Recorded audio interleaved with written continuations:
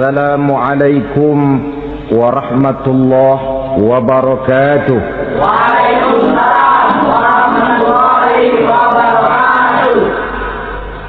Alhamdulillah wassalatu wassalamu ala sayyidina Rasulillah sayyidina wa maulana Muhammad ibn Abdullah wa ala alihi wa sahbihi wa mawala.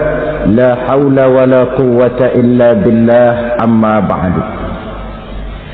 Bapak-bapak, ibu-ibu, saudara-saudara kaum muslimin rahimakumullah. Rangka memperingati Maulid Nabi besar Muhammad sallallahu alaihi wasallam. Yang penting dari peringatan Maulid ialah membicarakan bagaimana sebenarnya identitas umat Rasulullah sallallahu alaihi wasallam. Sebab apa? Adalah suatu hal yang wajar bahwa seorang pengikut menyesuaikan tingkah laku, gaya hidup dengan orang yang diikutinya. Jangankan di dunia ini, di akhirat nanti identitas ini akan dimintakan pertanggungjan jawab dan akan ditanyakan kepada kita. Sekurang-kurangnya menjadi pengikut rombongan orang besar merupakan suatu nikmat. Paling tidak kita bisa numpang mujur. Kalau saya berangkat ke Bali ikut rombongan Pak Menteri misalnya, saya bisa bebas timbangan, tas saya tidak usah diperiksa-periksa barangkali. Kenapa? Ini rombongannya Pak Menteri, numpang mujur. Itu sekurang-kurangnya. Tetapi tentu untuk menjadi anggota rombongan Pak Menteri ini kan harus ada tanda, ciri-ciri atau yang disebut identitas. Kalau kita mengaku dan memproklamirkan diri sebagai umat Nabi Muhammad, sebagai pengikut beliau, apa sih identitasnya, ciri-cirinya? Inilah yang akan kita bicarakan pada kesempatan ini, bersumber dari surah Al-Fatah ayat 29. Allah Subhanahu wa ta'ala menjelaskan Muhammadur Rasulullah, bahwa Nabi Muhammad itu adalah utusan Allah, pesuruh Allah. Walladzina ma'ahu, dan orang-orang yang bersamanya, orang yang mengikuti ajarannya, para sahabatnya, kita ini para pengikutnya, mempunyai ciri atau identitas. Dalam ayat ini ada 5 ciri yang dijelaskan. Pertama, asyidda'u 'alal kuffar.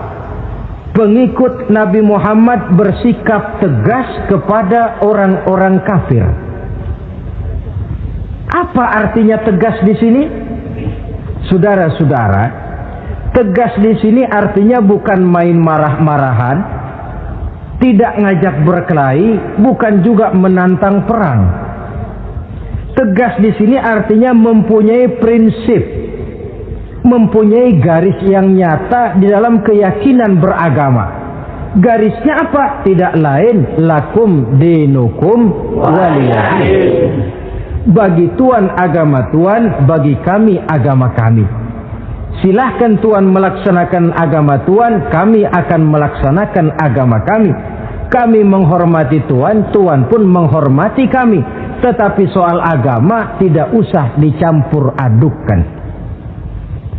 Identitas semacam ini perlu kita tegakkan kembali. Sebab apa? Sebab di zaman sekarang orang mulai mengaburkan nilai-nilai kebenaran dari agama, yang pada akhirnya menanamkan sikap ngambang terhadap agama. Misalnya kita ini dibuai dengan kalimat yang kelihatannya bagus tapi sebenarnya mengandung racun. Kata orang, jangan fanatik, semua agama kan bagus, semua agama benar, semua agama thayyib. Terus terang saja, saya bukan tidak setuju dengan kalimat itu. Saya beranggapan kalimat itu belum sempurna. Semua agama benar, jangan titik di situ, itu baru sekedar koma. Semua agama benar, koma, bagi penganutnya masing-masing, titik. Semua agama baik, koma, bagi penganutnya masing-masing, titik. Bagi kita yang muslim, yang benar, Islam. Dan seorang muslim yang berani membenarkan semua agama, seorang muslim yang berani berkata semua agama benar, sekurang-kurangnya munafik kalau tidak menjadi murtad. Wah Pak, itu namanya fanatik dong. Betul. Yang tidak boleh kan fanatik kepada suku, yang tidak boleh kan fanatik kepada guru, tapi fanatik kepada agama dalam arti berpegang teguh kepada agama merupakan bagian daripada kehidupan beragama. Hanyalah kalau umat Islam ini fanatik dengan agamanya, dia akan konsekuen, baik melaksanakan, mengamalkan maupun mengembangkan agamanya. Saya ya cinta kepada suku saya, tapi tidak lalu fanatik. Cinta suku boleh, fanatik kepada suku salah. Cinta kepada guru bagus, fanatik kepada guru jelek. Cinta kepada agama bagus, fanatik kepada agama wajib. Hanya dengan fanatik kepada agama orang konsekuen.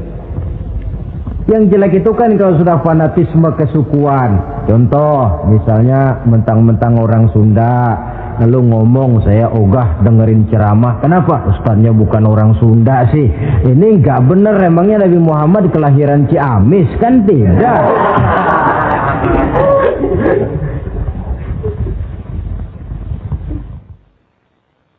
Toleransi ada tempatnya, tetapi tidak menyangkut masalah-masalah ritual, tidak menyangkut masalah-masalah ibadah. Soal bikin jalan umum, mari bersama saudara-saudara kita yang lain agama membangun puskesmas, mari bersama-sama menjaga keamanan, mari sama-sama. Tapi kalau sudah menyangkut masalah ibadah, kembali kita kepada prinsip lakum dinukum waliyadin. Bagi Tuhan silakan melaksanakan agama Tuhan, kami pun akan melaksanakan agama kami. Silahkan menyebarkan agama, tetapi jangan kepada orang yang sudah beragama. Ini batas toleransi. Jangan menyebarkan agama kepada orang yang sudah beragama. Maka dalam sejarah sudah dibuktikan, alhamdulillah, kalau kita mau objektif menilai sejarah, ketoleransian umat Islam itu sudah dibuktikan oleh fakta sejarah. Tetapi tanpa harus mengorbankan nilai-nilai akidah, keyakinan-keyakinan yang harus kita jaga dan kita pertahankan. Taruhlah kita sekarang masih sanggup berkata dan berpendirian semacam itu. Anak kita, keturunan kita, generasi yang akan datang, jikalau ditanamkan rasa ngambang terhadap agama, lambat laun akan makin tipis nilai-nilai religius itu melekat di dalam jiwanya. Dan akibatnya akan rawan kemajuan macam apapun, modernisasi macam apapun, kalau sudah terlepas dari kaitan kehidupan beragama, tidak akan banyak menolong untuk mensejahterakan umat manusia. Asyidda'u 'alal kufar, bersikap tegas kepada orang-orang kafir. Ini sikap yang pertama, identitas yang pertama. Yang kedua, ruhama'u bainahum, kasih sayang kepada sesama mereka. Kalau kepada orang kafir tegasnya bukan main, tapi kembali ke dalam, kembali kepada sesama muslim, kasih sayang setengah mati. Saling asah, saling asih, saling asuh, saling mengalah buat kepentingan yang lain. Ini sudah dicontohkan dalam sejarah ketika Rasulullah dan para sahabat hijrah ke Madinah. Orang Madinah yang menyambut kedatangan orang Mekah itu kan disebut Ansor. Betul apa betul? Lah orang Makkah ini yang hijrah ke Madinah disebut kaum muhajirin. Apa orang Madinah menyambut kedatangan orang Mekah itu mentang-mentang orang asli Madinah lu tolak pinggang? Kamu kemari pendatang ya, awas jangan bertingkah. Tidak. Masing-masing malah mencari saudara. Karena apa? Persaudaraan dalam Islam diikat dengan akidah. Artinya ini dari manapun orang datang, apapun warna kulitnya, bahasa apapun yang dia pakai, jikalau akidahnya sama, dia saudara kita. Hadirin, terus terang saja ya. Banyak orang-orang yang tidak senang kalau melihat umat Islam sampai bersatu. Maka segala macam cara mereka lakukan agar kita jangan bersatu. Terang-terangan menghantam Islam, tidak mungkin orang berani. Kenapa? Saya pikir sebodoh-bodohnya umat Islam dia masih fanatik sama agamanya. Dia masih sanggup bilang, mas gue emang gak sembayang, tapi agama gue lu hina, gue bacok lu. Itu kan positif, fanatisme agama namanya. Maka orang menghantam Islam itu lalu gak berani terang-terangan. Caranya belajar dari Van der Plas, belajar dari Snokor-Gronya. Mau menghantam Islam, masuk ke tengah-tengah umat Islam. Pakai peci, kalau perlu pakai sorban, pakai sorban. Tidak bisa assalamualaikum, latihan assalamualaikum. Hantam Islam dari dalam. Caranya, kalau perlu dibuatkan merek-merek Islam. Yang mereknya Islam tapi tujuannya bikin kacau dalam Islam. Muncullah yang namanya Islam ingkar sunnah. Muncul yang namanya Islam sejati. Islam. Mereknya Islam, tujuannya bikin kacau dalam Islam. Kalau dia sudah mengkafirkan orang lain yang tidak sepaham dengan dia, tidak mau bermakmum kepada orang yang sepaham dengan dia.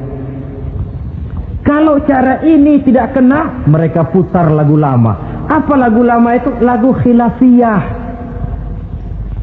Lagu lama itu supaya kita sengketa sesama kita, mempersoalkan hal-hal kecil.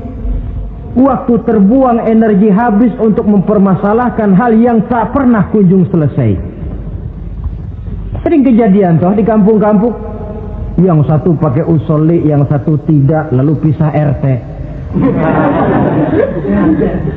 Yang satu azan sekali Jumatan, yang satu 2 kali, lalu bangun masjid lagi. Yang satu kunut, yang satu tidak, asah golok. Persoalan yang semacam ini sampai kiamat tidak akan kunjung selesai. Oleh karena itu potensi yang besar ini tidak tersalurkan dengan wajar karena kita centang perenang di dalam, tidak pandai menjaga kesatuan dan persatuan sebagai modal dasar untuk berbuat yang lebih baik.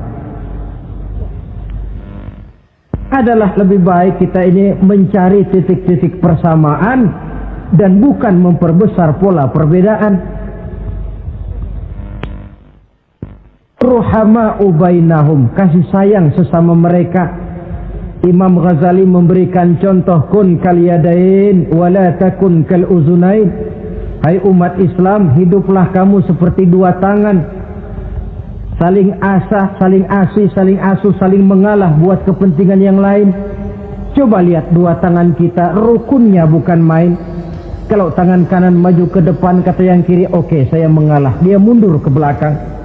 Kiri di depan, kata kanan, sekarang giliran saya ngalah. Dia mundur ke belakang. Akhirnya kita jalan lenggang. Enak nggak dilihat orang? Coba kalau nggak ada yang mau ngalah. Tangan kanan ke depan, kata yang kiri, gue juga bisa. Dia ke depan lagi. Depan kayak robot kita jalan. Lalu mekanisme kerjanya, tangan kanan kerjanya bagus-bagus toh. Salaman tangan kanan, tanda tangan tangan kanan, hitung duit tangan kanan, ambil kue tangan kanan. Kiri nggak pernah protes, tahu posisi. Memang tugas saya bidang pembersihan, ya pembersihan saja dilakoni. Artinya apa ini? Yang satu dengan yang lain saling memperkuat walaupun komposisinya berbeda. Dicontohkan dalam perjalanan kehidupan sahabat Nabi. Sahabat Nabi yang paling terkenal itu 4 orang. Sayyidina Abu Bakar, Sayyidina Umar bin Al-Khattab, Sayyidina Utsman bin Affan, Sayyidina Ali bin Abi Thalib. 4 sahabat ini kalau kita lihat komposisinya, keahliannya lain-lain. Coba, ada Sayyidina Abu Bakar, ini sahabat merangkap mertua. Kalau bahasa sekarang, Abu Bakar ini disebut kiai diplomat. Kiai karena beliau orang alim, diplomat karena pandai bersiasat, ahli politik. Kemampuan berpolitiknya digunakan buat kepentingan agama. Sebab siapapun yang berpolitik untuk kepentingan agama, tentu kita doakan. Tetapi siapapun yang jual agama untuk kepentingan politik, kita juga berdoa. Cuma tentu doanya lain dengan yang berpolitik buat agama tadi. Saudara hadirin yang saya hormati, ada Umar bin Khattab. Ini kalau bahasa sekarang disebut imam jenderal ini. Imam tapi jenderal, jenderal tapi imam. Kenapa imam? Karena dia mampu memimpin jamaah di masjid. Kenapa jenderal? Karena dia sanggup memimpin tentara di medan perang. Kegagahannya, keberaniannya, keperkasaannya digunakan membantu perjuangan Rasul. Ada Utsman bin Affan, santri ekonom. Kenapa santri? Karena dia orang kaya. Kenapa ekonom? Karena dia pengusaha bergerak di bidang bisnis. Keuntungan usahanya untuk membantu perjuangan Rasul. Ada Ali bin Abi Thalib, tokoh muda tapi intelek. Masih muda tapi rela mengorbankan nyawa demi keselamatan Rasul di malam hijrahnya.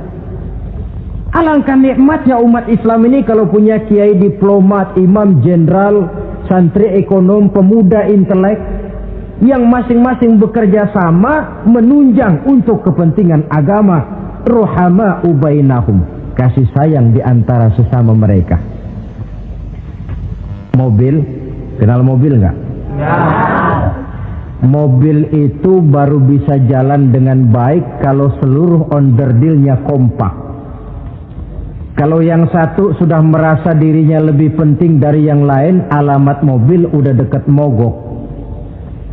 Misalnya yang jadi bensin nyombong, kalau enggak lantaran saya enggak bakalan jalan nih mobil. Bannya denger, sombong. Kata ban, sombong kamu bensin. Apa kamu kira kamu saja yang penting? Saya tersinggung, kata ban, lalu kempes. Kira-kira kalau ban kempes jalan enggak mobil? Begitulah umat ini.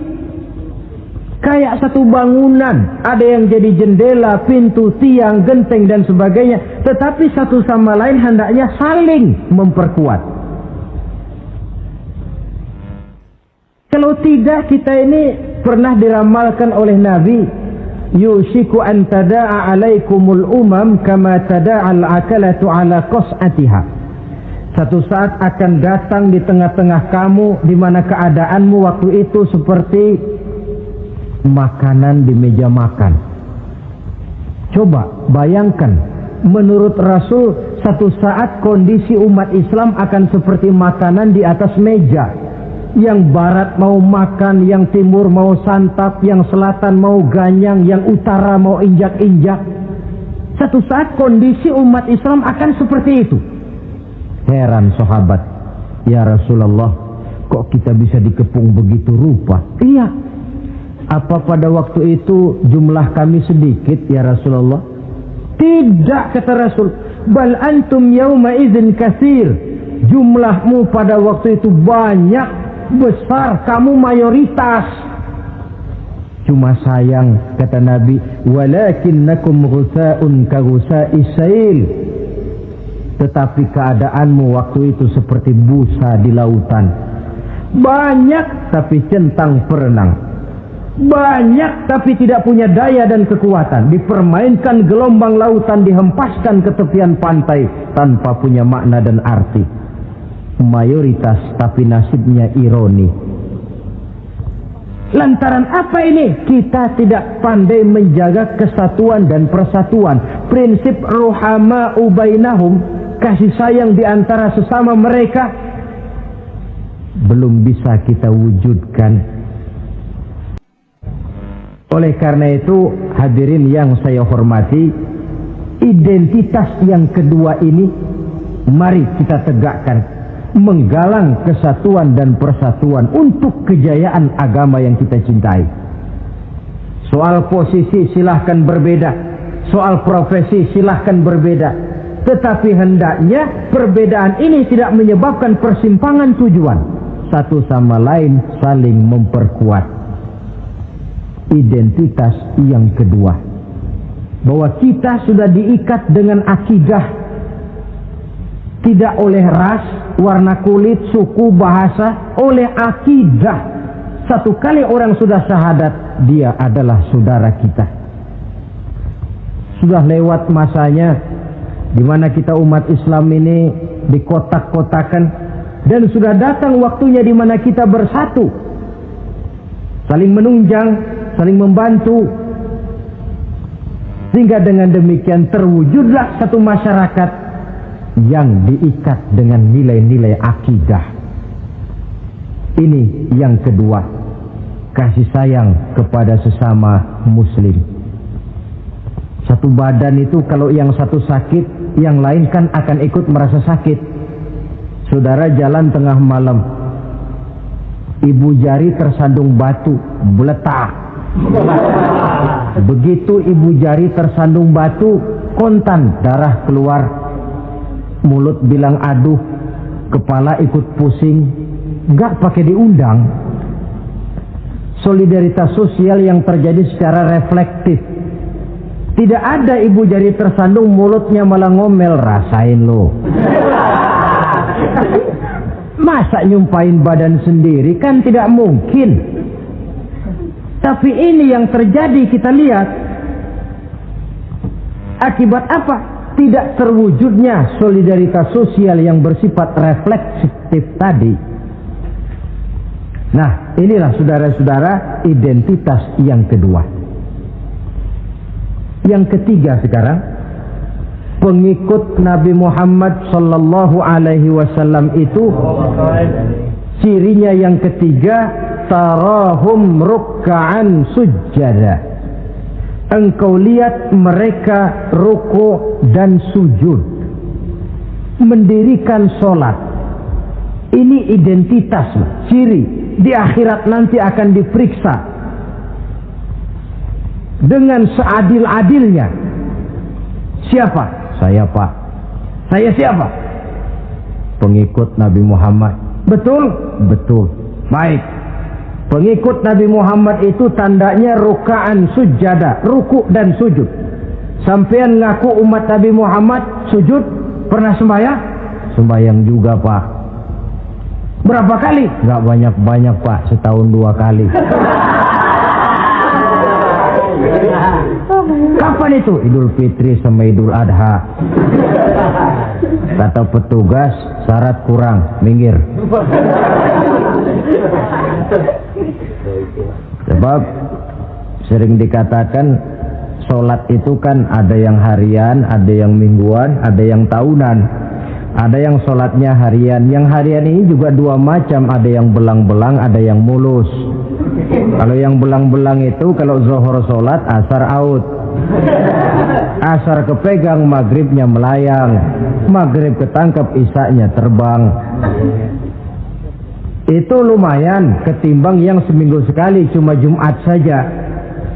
Yang Jumat pun agak lumayan lah daripada yang setahun 2 kali, cuma Idul Fitri dan Idul Adha.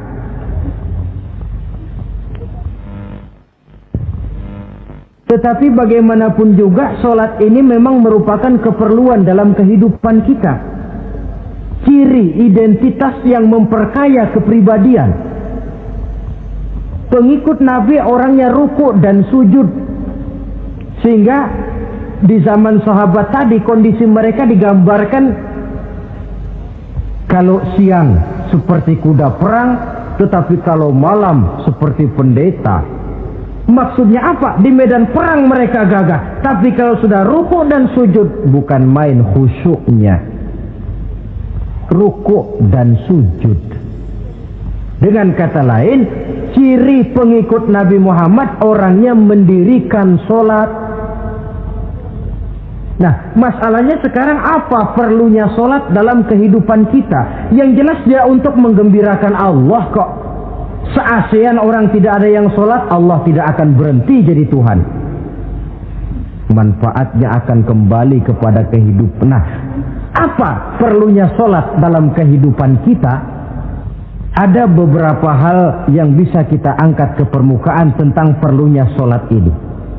Jadi sholat itu perlunya kita, sehingga suatu saat nanti kita tidak lagi berkata saya wajib sholat, tapi kita akan berkata saya perlu sholat. Apa perlunya sholat dalam kehidupan kita? Pertama, sholat itu membuat orang rendah hati, tidak melonjak menjadi angkuh dan sombong. Yang kedua, sholat itu membuat orang tahu diri.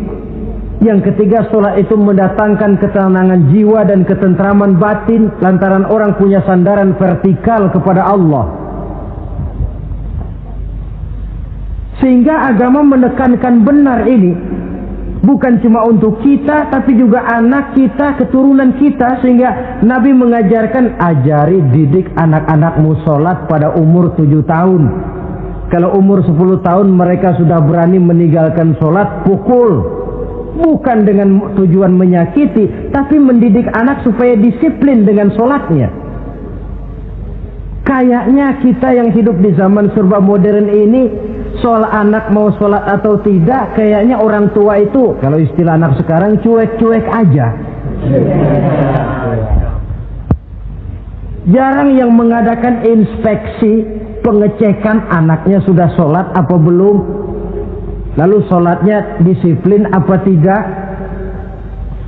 Jarang yang memberikan sugesti dan rangsangan supaya anaknya mendirikan sholat.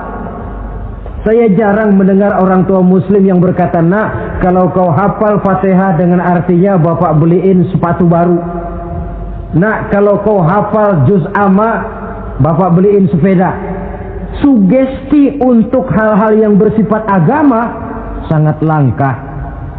Tapi kalau sudah hal-hal yang bersifat umum, wah, nah, kalau kamu lulus nanti SD ya, kita piknik ke Tangkuban Perahu, lulus SMP tur ke Bali, lulus SMA piknik ke Singapura. Rangsangan dan dorongan, baguslah itu. Tetapi alangkah akan lebih bagusnya jika untuk hal-hal yang bersifat agama kita pun sanggup memberikan sugesti, rangsangan dan dorongan kepada anak-anak kita. Sehingga sejak kecil mereka sudah terbiasa dengan sholat. Sejak kecil mereka sudah disiplin dengan sholatnya. Sebab kalau tidak, kayu itu kalau mau dibengkokkan pada saat dia masih kecil. Kalau sudah besar baru mau dibengkokin, repot kayu itu. Membentuk orang soleh itu harus dimulai sedini mungkin. Karena itu salah satu fungsi solat Allah jelaskan, inna sholata tanha 'anil fahsya wal munkar. Bahwa solat yang dikerjakan dengan betul mampu mencegah manusia dari perbuatan yang keji dan munkar. Jadi dengan kata lain orang yang disiplin dengan solat terpeliharalah dirinya dari perbuatan yang keji dan munkar.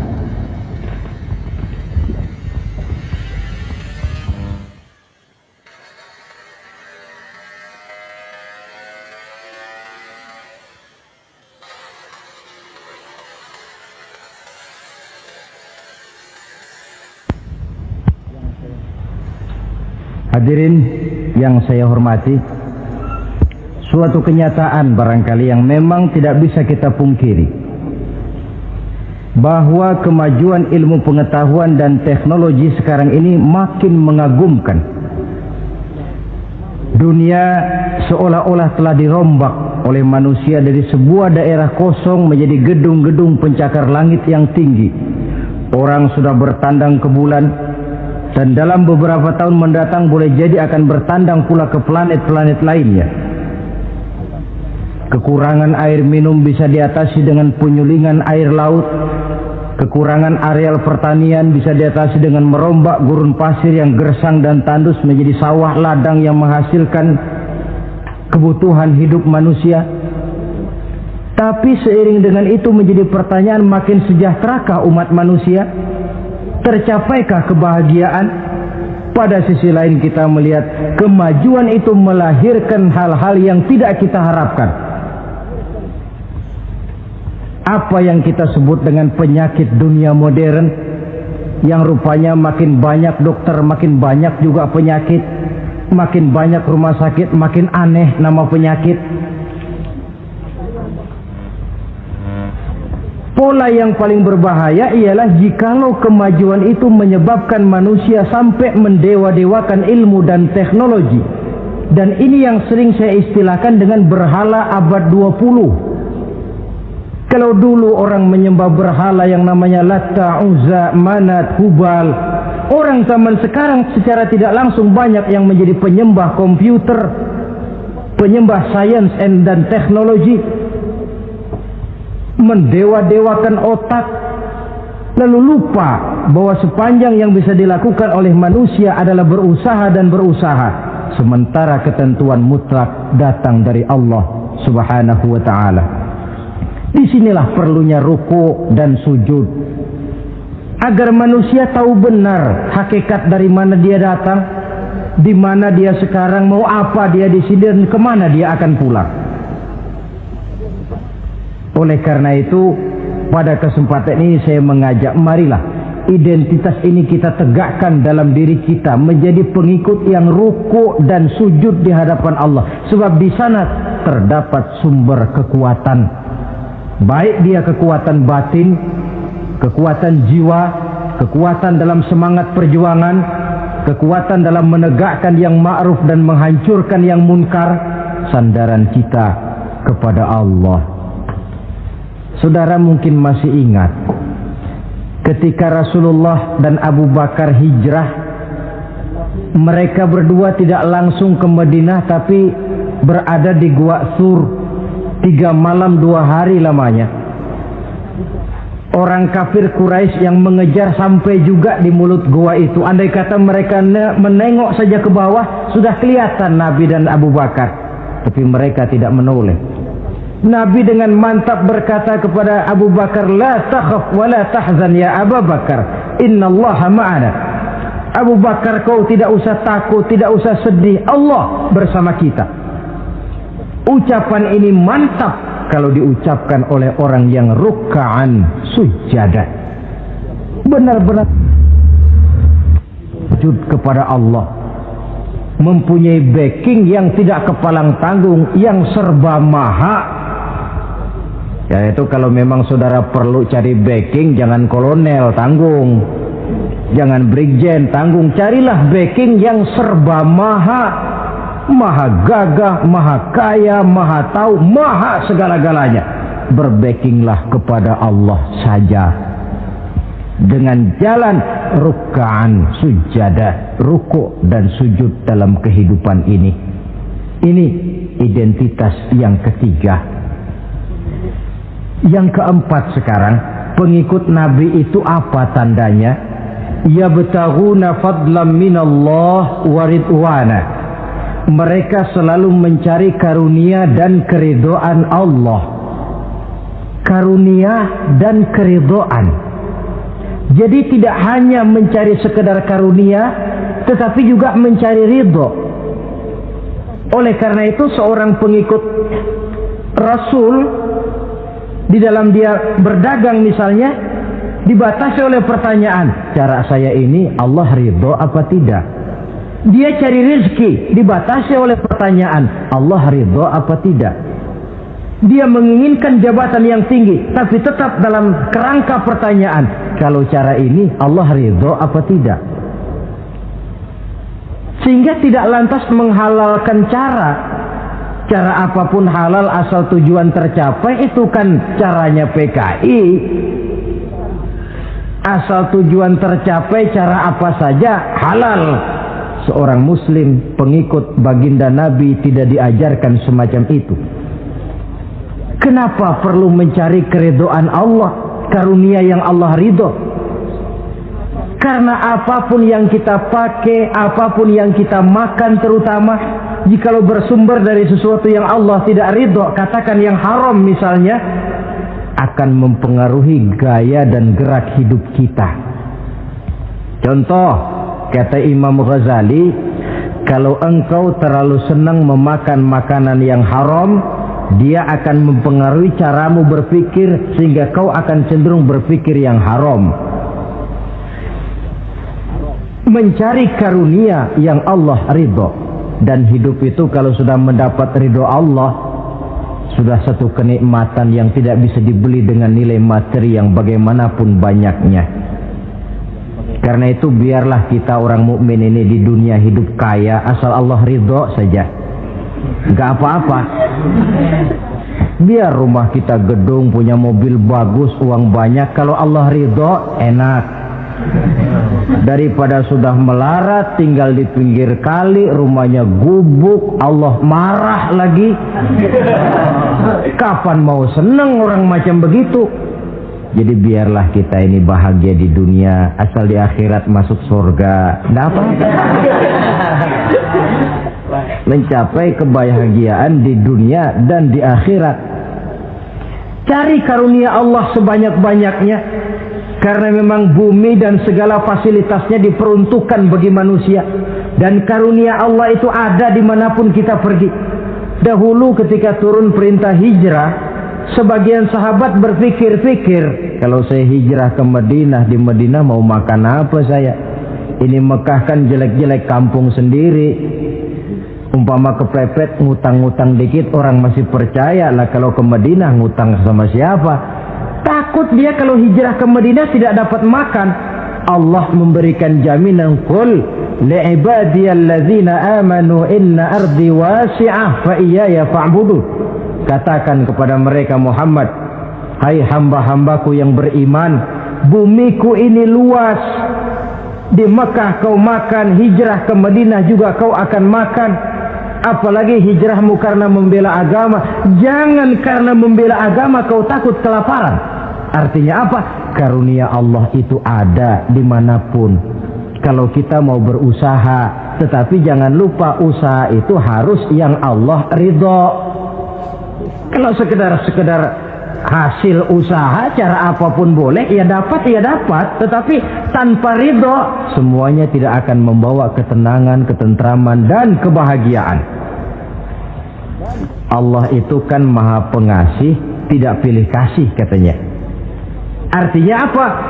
Semuanya Allah kasih. Orang kalau mau berusaha dapat. Itu logika, sunnatullah kata kita, hukum alam kata orang. Kalau mau berusaha mesti dapat. Tetapi kasih sayang Allah ini tidak diberikan kepada setiap orang. Kalau pengasihnya berlaku kepada semua orang, mau kafir mau beriman, kalau berusaha dapat. Itu Rahman namanya. Tapi Allah tidak cuma Rahman, Allah juga Rahim, maha penyayang. Bedanya apa? Orang yang dikasih itu belum tentu disayang. Tetapi kalau disayang mesti dikasih. Kalau tidak dikasih tentu ada pertimbangan lain untuk kepentingan kita. Misalnya anak kita baru kelas 1 SMP datang, Pak beliin motor buat sekolah. Kita lalu menilai anak ini nggak ada motor saja kadang-kadang jarang sampai ke sekolah, apalagi dibeliin motor, bisa dari rumah berangkat ke sekolah nggak sampai. Tidak dibelikan bukan karena tidak sayang, justru karena sayangnya ada pertimbangan lain untuk kepentingan si anak. Tetapi kadang-kadang anak sendiri berpikirnya lain.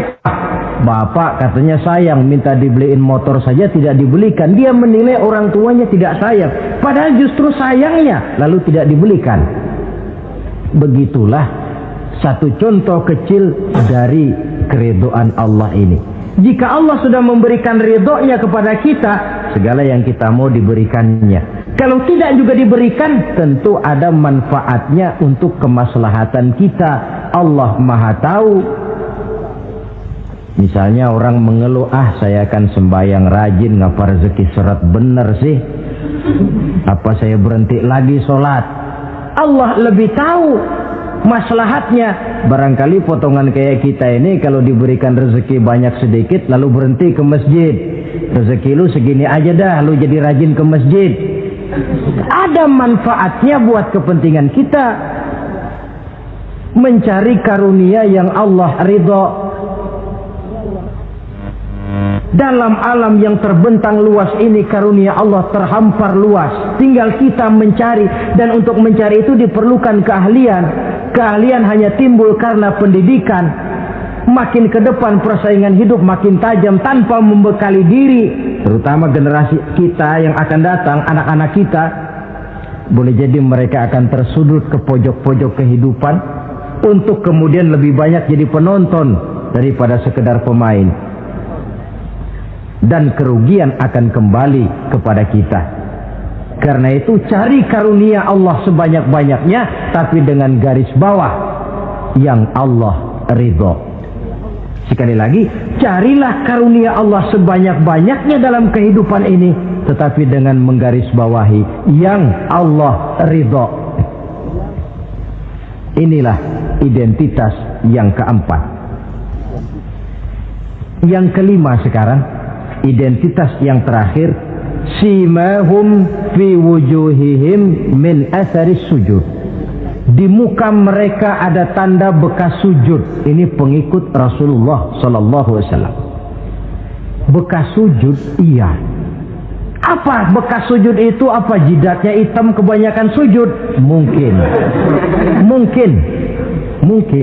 Karena rajin sujud lalu berbekas. Boleh jadi, tapi soal hitam di jidat sih gampang digosok-gosok. Yang terpenting asarus sujud di sini dalam bentuk sikap mental. Apa sikap mental yang saya maksud? Orang yang rajin sujud itu lalu membekas dalam kehidupannya pengaruh sujud. Apa pengaruh sujud? Karena rajin sujud timbul ikhlasnya. Kalau sudah berbuat, yang penting itu Allah. Orang lain mau tahu atau tidak, orang lain mau puji atau tidak, yang penting Allah. Sebab kalau sudah dia usolli fardal maghribi Allahu Akbar, dia tinggalkan dunia dan seluruh isinya. Naik dia menghadap Allah. Selamat tinggal sebentar dunia, nanti saya balik lagi. Yang ada cuma dia dan Allah dalam dialog langsung. Timbul keikhlasan, terjemahannya dalam kehidupan. Berbuat tanpa pamrih, tidak suka menepuk jasa dan menghitung jasa. Sebab biasa orang itu kalau sedang perang tidak sempat ngaku jadi pahlawan, tapi kalau perang sudah selesai nggak kenal bedil ngaku pahlawan. Kalau perang sedang berkecamuk, jarang yang mengaku pahlawan. Kalau sudah perang selesai, masing-masing nepuk dada. Seorang yang ikhlas, seorang yang berbuat tanpa pamrih, dan ini pengaruh sujud dalam kehidupan. Lalu apalagi timbul jujurnya. Kenapa? Kalau dia sholat zuhur 4 rakaat, lalu umpama selesai 3 rakaat dia salam, orang lain tentu tidak tahu dia korupsi 1 rakaat. Tapi kenapa tidak dia lakukan? Ada Allah sih yang tahu. Timbul kejujuran, disiplin murni yang berakar dari hatinya sendiri. Lalu apa lagi? Kesabaran. Dilatih lewat sholat. Kalau belum selesai 4 rakaat, jangan berhenti sholat isya umpamanya. Dan banyak lagi pengaruh-pengaruh asarus sujud. Ini di dunia. Di akhirat nanti kata Nabi, inna ummati ya'tuna yaumal qiyamah ghurran muhajjalin min asaril wudu. Umatku di hari kiamat nanti akan datang menghadap Allah dengan muka berseri-seri dari sebab air wudu. Mukanya bersinar-sinar karena di dunia rajin wudu. Sehingga barangkali di akhirat nggak perlu ngaku-ngaku kita. Ya Rasulullah, saya umatmu. Tidak perlu. Rasulullah lihat sendiri, wah ini mukanya bersinar-sinar. Ta'ali ummati, umatku sini, umatku sini. Kalau di dunia rajin kena air wudu. Ya rajin wudu artinya kan rajin sholat. Masa ada orang wudu aja nggak sholat, kan model. Kalau muka tidak pernah tersentuh wudu, kalau muka tidak pernah sujud, Teriak-teriak kita mengaku, ya Rasulullah, saya umatmu ya Rasulullah. Kata Rasulullah, nggak ada umat saya yang dekil kayak sampean.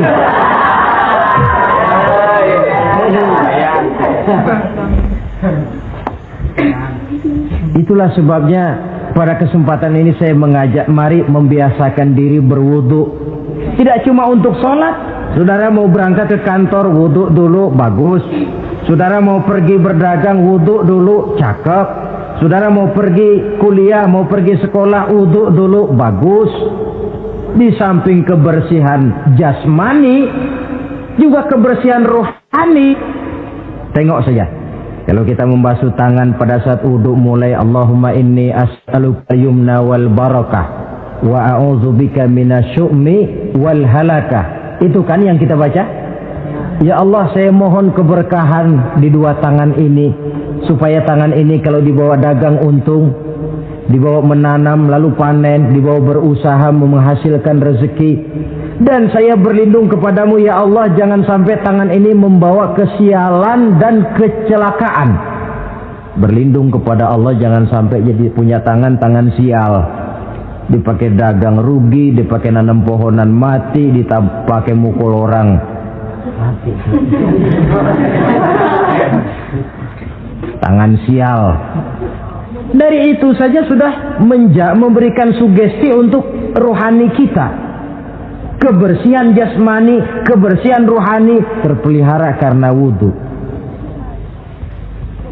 Jadi asarus sujud, pengaruh sujud membekas di dalam kehidupan. Sehingga oleh Syekh Muhammad Abduh dijelaskan, walikulli ibadatin minal ibadati sahihah asarun fi taqwimi akhlaqil qaimi biha wa tahzibi nafsihi. Setiap ibadah yang dikerjakan dengan betul pasti mempunyai pengaruh yang nyata dalam meluruskan moral akhlak orang yang melaksanakan ibadah itu sendiri. Jadi sujud kita betul apa tidak? Lihat saja pengaruhnya dalam kehidupan kita. Sholat kita sudah betul apa tidak? Lihat saja pengaruhnya dalam kehidupan kita. Kalau sujud ya sujud, tapi judi jalan juga, nah, sujudnya belum betul. Waktunya sholat ya sholat, waktunya mabuk, sholatnya belum betul. Waktunya ruku ya ruku, giliran nyolong, sholatnya belum betul. Sebab sholat yang dikerjakan dengan betul, sujud yang dikerjakan yang punya pengaruh nyata dalam kehidupan, kelihatan bekasnya dari tingkah laku dan gerak kita di dalam menelusuri kegiatan hidup ini. Maaf, dengan sedikit pahit barangkali kita memang harus berkata, masih banyak di antara kita umat Islam ini yang melaksanakan ibadah hanya dengan prinsip asal sekedar gugur kewajiban. Perkara ada pengaruhnya atau tidak dalam diri kita malas untuk mengadakan evaluasi. Akibatnya ibadah yang kita kerjakan tidak mempunyai pengaruh dalam membentuk kepribadian kita. Orang yang mengucapkan syahadat ada pengaruh dalam jiwanya. Orang yang mendirikan sholat ada pengaruh dalam membentuk kepribadiannya. Orang yang melaksanakan puasa ada pengaruh dalam perkembangan jiwanya. Orang yang mengeluarkan zakat ada pengaruhnya dalam mengelola hartanya. Orang yang melaksanakan ibadah haji ada perubahan dalam kegiatan hidupnya. Dari yang negatif kepada yang positif tentunya. Simahum fi wujuhihim min athari sujud. Di muka mereka, di muka pengikut Rasulullah ini ada tanda pengaruh bekas sujud. Karena rajinnya dia melaksanakan sujud di dalam kehidupan ini. Nampak pengaruh yang nyata di dalam kehidupannya, dalam gerak dan tingkah lakunya. Saudara hadirin, ma'asyiral muslimin rahimakumullah. Inilah 5 identitas yang harus kita tegakkan jikalau kita mau jadi umat yang konsekuen. Tidak sekedar bangga-banggaan menyandang titel umat Nabi, apalagi konon mengharapkan syafaatnya di akhirat nanti, padahal sebagai pengikut kita tidak menyesuaikan diri dengan yang kita ikuti. bagaimana mau mengharapkan fasilitas yang namanya syafaat? Bahwa syafaat pertolongan Rasul itu ada, tetapi fungsinya kan ibarat orang punya kain, syafaat itu nambel. Saudara punya kain, sobek-sobek sedikit, ditambel oleh yang namanya syafaat. Sholat kurang sedikit, ditambel oleh syafaat. Sodakoh ada campur riya sedikit, tidak karena Allah sedikit, syafaat. Jadi kalau punya kain sobek ada syafaat. Lah kalau kainnya tidak punya, yang mau ditambel apanya? Sholat tidak, puasa tidak, di akhirat aman dah dapat syafaat. Tentu terlalu berlebihan, terlalu optimis mengharapkan sesuatu yang kita memang tidak punya modal dasar untuk memperolehnya. Baiklah ya, kesimpulan. Pertama, sebagai pengikut kita harus menyesuaikan diri dengan yang kita ikuti. Identitas. Suatu umat hanya akan berwibawa, hanya akan dihitung dan dipandang orang kalau dia tegak dengan identitasnya. Kalau macan sudah kehilangan sifat galaknya, orang tidak takut lagi kepada macan. Dan kalau kambing sudah kehilangan sifat jinaknya, banyak orang takut miara kambing. Kalau umat Islam sudah kehilangan identitasnya, dia akan menjadi umat yang kehilangan wibawa dan tidak pernah ditakuti oleh musuh-musuhnya. Seenaknya saja orang mengacak-acak kehidupan kita sebagai umat kalau tidak punya identitas. Yang kedua, kesimpulan yang kedua, identitas itu bisa kita ringkaskan. Pertama, tegak dengan keyakinan inna dina indallahil Islam. Menumbuhkan fanatisme agama dalam arti berpegang teguh kepada agama. Menempatkan toleransi pada tempatnya yang wajar. Tidak mencampur adukan semua agama. Tegas di dalam mempertahankan akidah. Kemudian yang ketiga, perlu menegakkan solidaritas sosial yang bersifat reflektif untuk menegakkan wibawa kita sebagai umat, supaya potensi dari umat yang mayoritas ini dimanfaatkan oleh umat itu sendiri. Kalau tidak, kita cuma akan menang jumlah saja, menang bilangan, kuantitas yang tanpa kualitas. Dan kalau ini yang terjadi, nasib kita akan seperti buih di lautan. Banyak, tapi kata orang kampung cuma menang groyokan.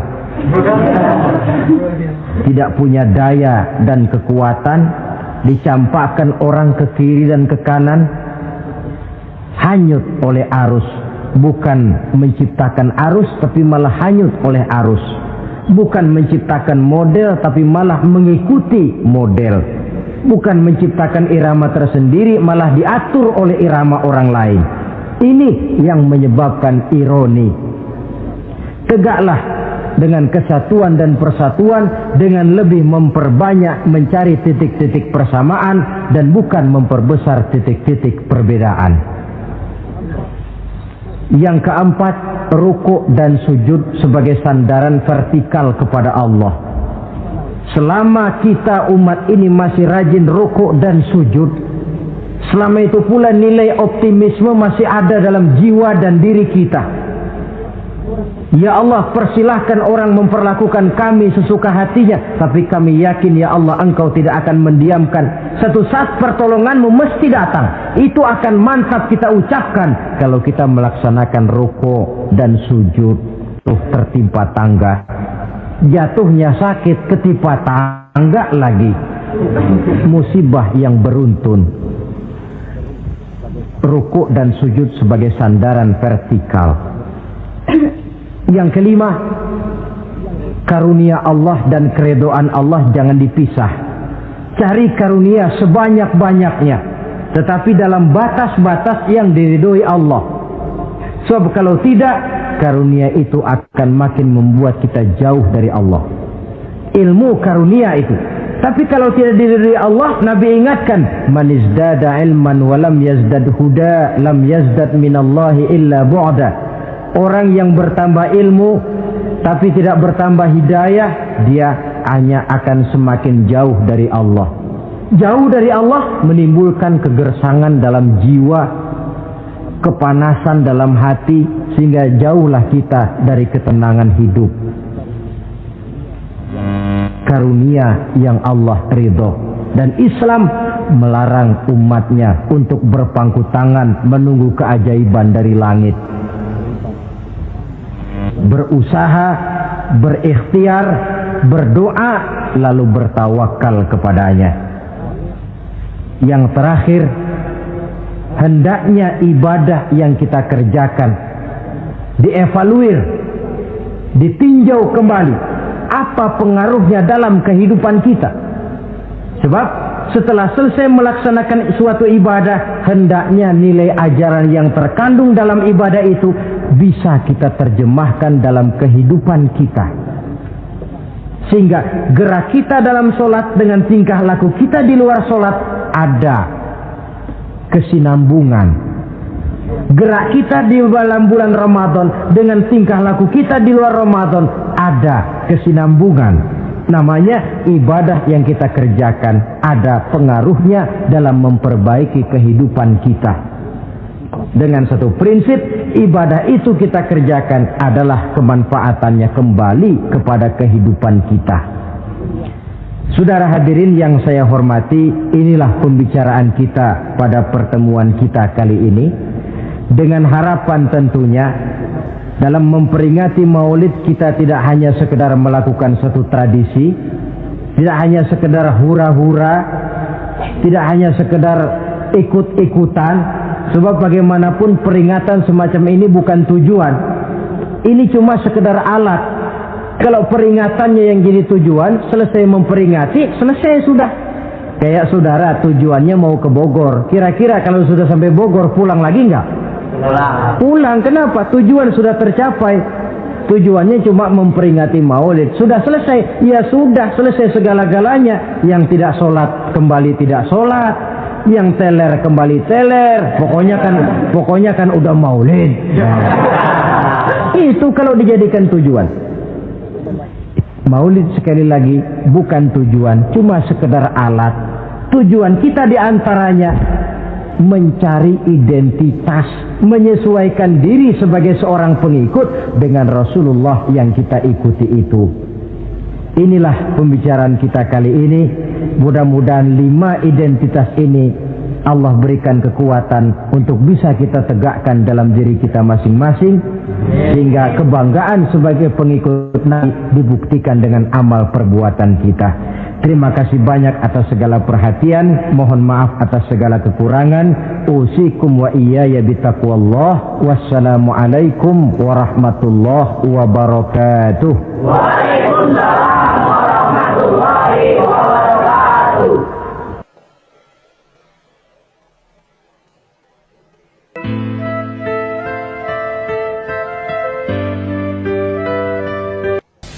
Bapak-bapak, ibu-ibu, saudara-saudara kaum muslimin rahimakumullah. Murai di dahan dan koko ayam di kandang. Dunia ini penuh dengan berbagai macam kesibukan.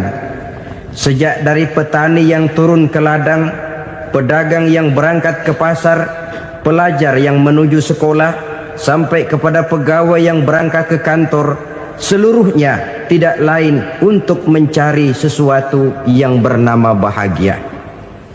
Setiap orang menginginkan kebahagiaan, dan tidak seorang pun menginginkan kesengsaraan dalam kehidupan ini.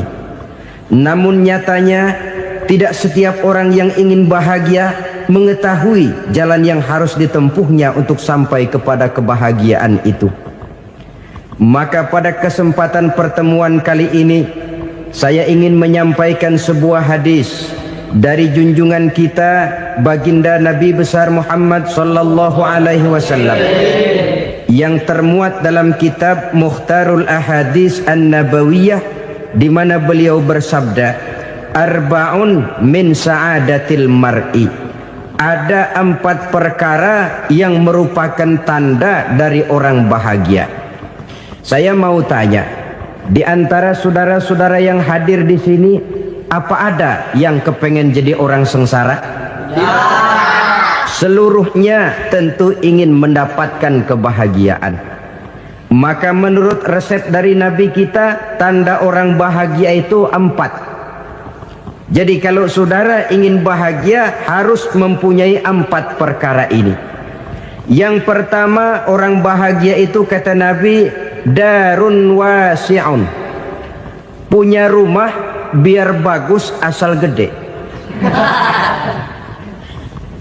Enak ngaturnya. Daripada sudah punya rumah kecil, adanya di pinggir kali, gubuk, kalau hujan bocor, miring lagi, kiamat. Loh, kalau gitu Islam materialis dong. Hadis ini boleh diartikan dengan makna hakiki, arti yang sebenarnya. Boleh diartikan dengan makna majazi, arti kiasan. Kalau dia diartikan dengan arti kias, maka yang dimaksud darun wasi'un ay qalbun wasi'un. Rumah yang luas tidak lain daripada hati yang lapang. Karena di situ kunci kebahagiaan yang sebenarnya. Walaupun kita cuma tinggal di petak berukuran 2 kali 3 meter, kalau hati kita luas-luas rasanya rumah itu. Tapi biar rumah kita halamannya saja puluhan ribu hektar, ada kolam renangnya, kamar tidurnya tidak lagi terhitung. Kalau hati yang menempati rumah itu sempit, maka akan terasa sempit jugalah rumah itu.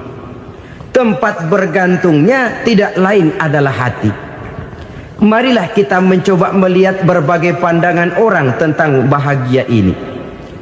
Ada orang menyangka bahwa bahagia itu kalau dia mendapatkan harta yang sebanyak-banyaknya. Siapa yang banyak harta, dialah raja.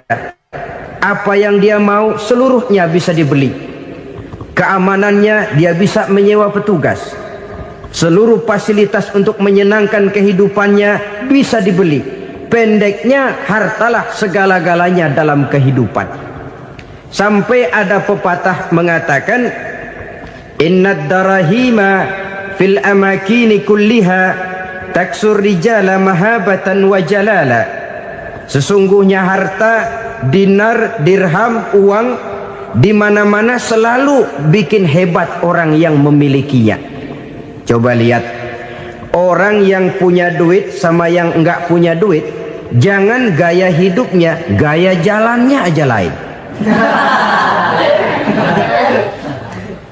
Wahia lisanun liman arada fasahatan, wahia silahun liman arada qitala. Uang adalah senjata yang paling ampuh bagi orang yang mau pergi perang, dan lidah yang paling fasih bagi orang yang mau bicara. Kalau bicara dengan lidah macet, cobalah bicara dengan harta, lancar. Sampai ada pepatah demikian, segalanya bisa diatur dengan harta. Maka di kalangan orang yang berpandangan semacam itu, seluruh kegiatan hidupnya hanya terfokus kepada bagaimana mengumpulkan harta yang sebanyak-banyaknya. Tidak peduli halal haram, tidak kenal sore pagi siang dan malam, tidak sempat sujud, jauh dari agama, jauh dari kehidupan yang bersifat ruhaniyah, jauh dari Allah dan sebagainya. Sampai dalam Al-Quran dikelompokkan dalam kelompok yang dinamakan lumazah. Allazi jama'a malahu wa'addadah yahsabu anna malahu akhladah. Mereka mengumpul-ngumpulkan harta sebanyak-banyaknya dan menyangka bahwa harta yang banyak itu dapat mengekalkan hidupnya, mengekalkan kekayaannya, mengekalkan kebahagiaannya. Saudara hadirin yang berbahagia, kalau pandangan hidup ini benar, artinya kalau harta memang merupakan satu-satunya hal yang dapat membuat orang bahagia, tentu di rumah mewah tidak akan pernah ada tangis derita. Tentu di satu tempat di mana fasilitas hidup serba menunjang tidak ada yang namanya penderitaan. Tapi suka dan duka, sedih dan gembira, senyum dan tawa adalah milik setiap orang, baik dia punya harta maupun dia tidak punya harta. Nyatalah bahwa harta semata-mata bukan merupakan jaminan bahwa orang akan bahagia, walaupun tanpa harta orang sulit untuk bahagia. Saya mau cerita, ada orang super kaya, namanya Aristotle Onesimus, raja tanker Yunani. Dia punya kapal tanker saja konon sampai 11 banyaknya. Punya perusahaan penerbangan yang disebut Olympic Airlines. Punya hotel di berbagai kota besar di dunia ini, sejak dari New York, London, Paris, Rome dan sebagainya. Bahkan punya pulau yang dia namakan Pulau Scorpio. Ini kan namanya sudah kaya nggak tanggung-tanggung, punya pulau. Nah, dia punya 2 orang anak, yang satu laki-laki namanya Alexander, yang satu perempuan namanya Maria Onesimus. Seluruh harapannya tertumpah kepada anak lakinya Alexander ini, yang akan meneruskan usahanya, meneruskan kekayaannya, meneruskan dinastinya. Apa yang terjadi? Ternyata anak yang dia harapkan yang bernama Alexander ini mati muda dalam kecelakaan pada waktu dia olahraga. Apa olahraganya? Namanya olahraga anak orang kaya, golongan jet set. Olahraganya olahraga pesawat terbang. Jatuh, ya nggak kapungut, habis mati. Tinggal satu anak perempuannya, Maria Onesimus. Tapi anak perempuan ini juga malah urakan. Terakhir dia pacaran, bahkan kemudian kawin sama orang Rusia. Rupanya Aristotle Onesimus ini broken. Kekayaannya yang berlimpah ruah, perusahaannya yang begitu banyak, siapa yang akan meneruskan? Siapa yang akan menggantikan? Sampai kemudian dia mengurung diri di Pulau Scorpio dan mati di sana secara mengenaskan. Seorang multi jutawan, seorang yang super kaya, mati menyendiri di pulau sepi. Ibarat kata pepatah, anak ayam mati di lumbung. Bukan kekurangan makanan, keurugan makanan. Begitu kehidupan Aristotle Onesimus. Dan banyak orang-orang yang sudah demikian kaya sampai dibingungkan oleh kekayaannya sendiri. Telusurilah kehidupan David Rockefeller misalnya, Henry Ford misalnya, Adnan Khashoggi misalnya. Multi jutawan yang kadang-kadang dibuat keder oleh kekayaannya sendiri. Pantas ketika Imam Ali ditawarkan orang, "Ya Ali, kalau kepadamu disuruh pilih ilmu atau harta, kau pilih mana?" Ya jelas pilih ilmu dong. Kenapa? Pertama, ilmu kalau kita berikan kepada orang lain tambah. Tapi harta kalau kita berikan kepada orang lain kurang. Saudara punya uang 10.000, dibagi orang 5.000, jelas uang saudara berkurang. Tapi saudara punya ilmu, diberikan kepada orang lain bisa, saudara pun makin mantap. Tidak lantas jadi bodoh karena ngajarin orang. Saudara bisa Fatihah lalu mengajarkan orang Fatihah. Orang bisa, saudara pun makin hafal. Tidak lantas setelah diajarin orang ilmunya hilang. Begitu datang dia minta orang, "Tolong ajarin saya Fatihah." Udah habis, nggak ada.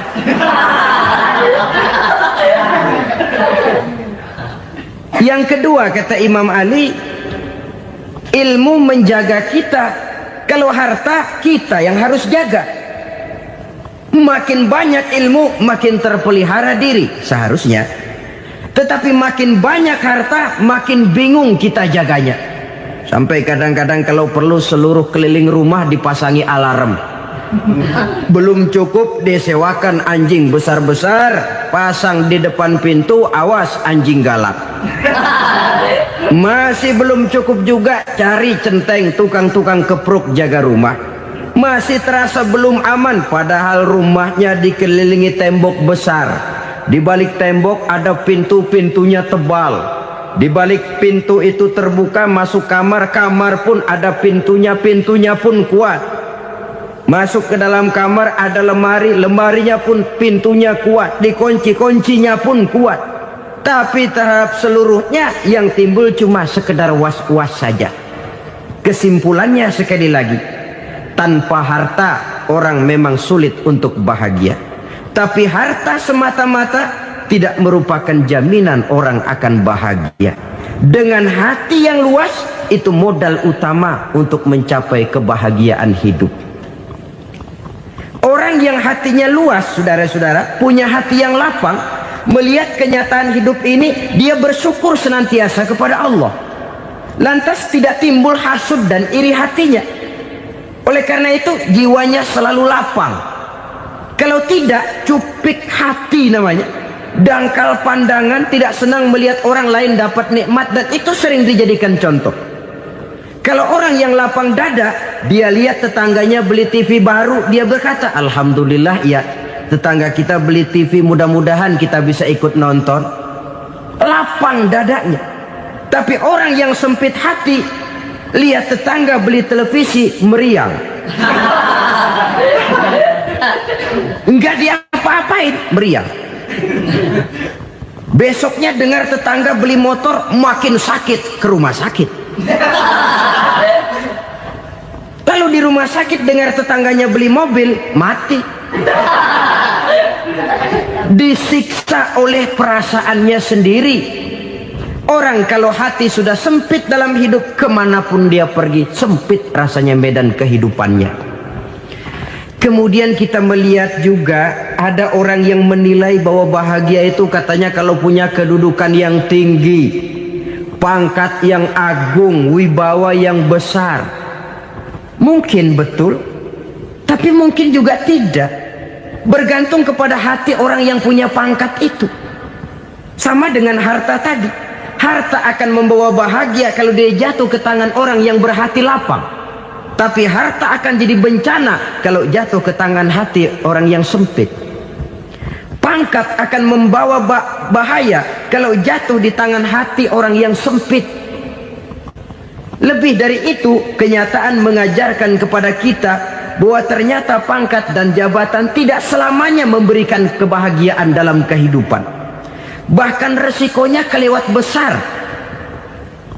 Beberapa bukti kita bisa ambil dari para pemimpin dunia yang menjadi korban lantaran pangkat dan jabatan yang disandangnya. Saudara ingat Presiden Abraham Lincoln dan John Kennedy dari Amerika? Dibunuh orang. Park Chung-hee dari Korea Selatan, Ziaur Rahman dari Bangladesh, Anwar Sadat dari Mesir, terakhir Indira Gandhi dari India, menjadi korban dari pangkat dan jabatan yang disandangnya dari orang-orang yang tidak senang dia memegang jabatan itu. Dia akan mudah mengundang bencana. Sehingga pantas kalau seorang presiden terkemuka Amerika, Harry Truman namanya, dia mengatakan jabatan presiden itu, kata dia, seperti orang nunggang macan, naik macan. Harus kita taiki, kalau enggak dia bakal nerekam kita, ngeri katanya. Adapun orang yang hatinya lapang, kalau dia menerima pangkat dan jabatan, dianggapnya itu satu kesempatan untuk berbuat baik. Tapi orang yang berhati sempit, menerima pangkat dan jabatan, bukan kadang-kadang menerima, malah berusaha setengah mati mencapai dengan segala cara. Kalau perlu jilat atas, jilat atas. Jadi golongan sumuhun dawu. Jadi kelompok kulon nuwun, yes sir, yang kerjanya cuma oke bos. Kalau perlu jilat atas, jilat atas. Kalau perlu injak yang bawah, injak yang bawah. Perlu sikut kiri kanan, sikut kiri kanan. Yang penting pangkat dapat, jabatan dapat. Orang yang semacam ini, kalau sudah mempunyai pangkat dan jabatan, biasanya dia tidak menganggap itu sebagai amanah, tidak menganggap sebagai kesempatan berbuat baik, tapi malah kesempatan untuk memperturutkan hawa nafsunya yang dilatar belakangi oleh kesempitan hatinya tadi. Apalagi kalau orang memperoleh pangkat karena banyak mengeluarkan uang. Seakan-akan pangkat dan jabatan itu sekarang macam proyek pakai tender. Siapa yang berani bayar segini naik, nggak berani minggir. Padahal logikanya kalau orang mencapai satu jabatan karena banyak mengeluarkan uang, hampir bisa dipastikan bahwa setelah jabatan itu dia pegang, langkah pertama yang akan dilakukannya ialah berusaha bagaimana uang yang dia keluarkan supaya kembali. Ya paling kurang pulang modal dulu dong. Soal mikirin rakyat soal nanti, tapi ini modal harus pulang. Itu celakanya kalau orang memperoleh pangkat dan jabatan cuma karena banyak mengeluarkan uang. Jarang orang yang mempunyai keyakinan dan pandangan bahwa pangkat dan jabatan merupakan amanah. Jadi sekali lagi, pangkat dan jabatan mungkin saja membawa kebahagiaan kalau jatuh ke tangan orang yang berhati lapang. Tapi bisa jadi bencana kalau dia jatuh ke tangan orang yang mempunyai hati yang sempit. Dan lagi-lagi stresnya hati yang lapang. Lalu sebagian orang, saudara, ada yang berpandangan katanya bahagia itu kalau jadi orang terkenal, mempunyai popularitas, menjadi idola di kalangan remaja, di kalangan orang tua, di segala lapisan masyarakat. Padahal makin populer orang makin terikat dia. Ya kalau macam kita ini kan nggak punya nama, nggak populer, tengah malam buta mau nongkrong di warung Tegal aman. Tapi pangkat, jabatan, kedudukan, popularitas menyebabkan kita diikat dengan berbagai macam peraturan. Cuma mandi sama ke WC saja yang nggak dikawal.